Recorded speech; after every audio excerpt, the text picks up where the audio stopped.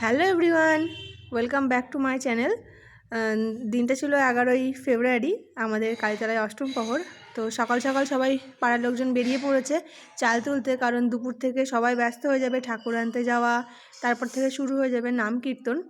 তো এই দেখো আমি পড়াতে এসেছিলাম, তো ওখান থেকে ভিডিও করা। সবাই চাল তুলতে এসছে। এখান থেকে ওদিকে ঘুরে নাচ নাচ নাচ, চলো চলো।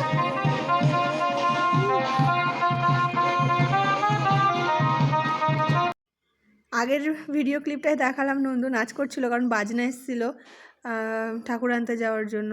ওখান থেকে ডাক দিচ্ছিল বারবার, তো বায়না করছিল, তাই ওকে নিয়ে যাচ্ছিলাম, ওকে আর আমার দাদার ছেলেকে।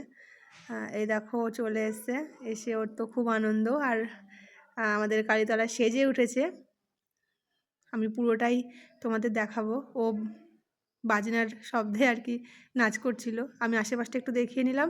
আর এই দেখো যেখানে ঠাকুর রাখা হবে ওই মণ্ডপটা দেখানো হচ্ছে। খুব সুন্দর করে ফুল দিয়ে সাজিয়েছে, খুব ভালো লাগছে দেখতে।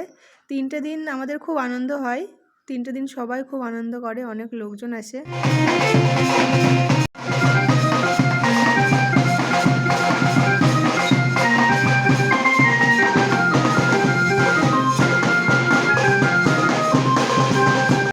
এই 3টে দিন আমরা খুব আনন্দ করি। এই দেখো নন্দুকে ডাকছিলাম, আর এটা হচ্ছে আমার দাদার ছেলে। 3জনা মিলে আর কি ভিডিও এখনই নিয়ে আসতে যাব। আপনারা যারা যারা যেতে ইচ্ছুক তারা অতি শীঘ্র আমাদের কালীতলা পুজো মণ্ডপে চলে আসবে।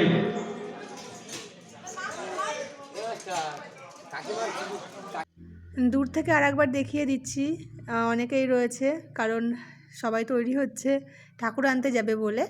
আর বাইরে থেকে একটু দেখিয়ে দিচ্ছি, এ দেখো বাইরে থেকে প্যান্ডেলটা এরকম দেখতে লাগছিল। যেখান থেকে আর কি গেটের মুখটা, ওটাও খুব সুন্দর করে সাজানো হয়েছিল। এই 3টে দিন আমাদের ইমোশন আর কি খুব ভালো কাটে, খুব ভালো কেটেছে প্রত্যেকবারের মতন। এবারও আমরা অনেক আনন্দ করেছি। তোমাদের কেমন লাগলো অবশ্যই জানিও। টাটা।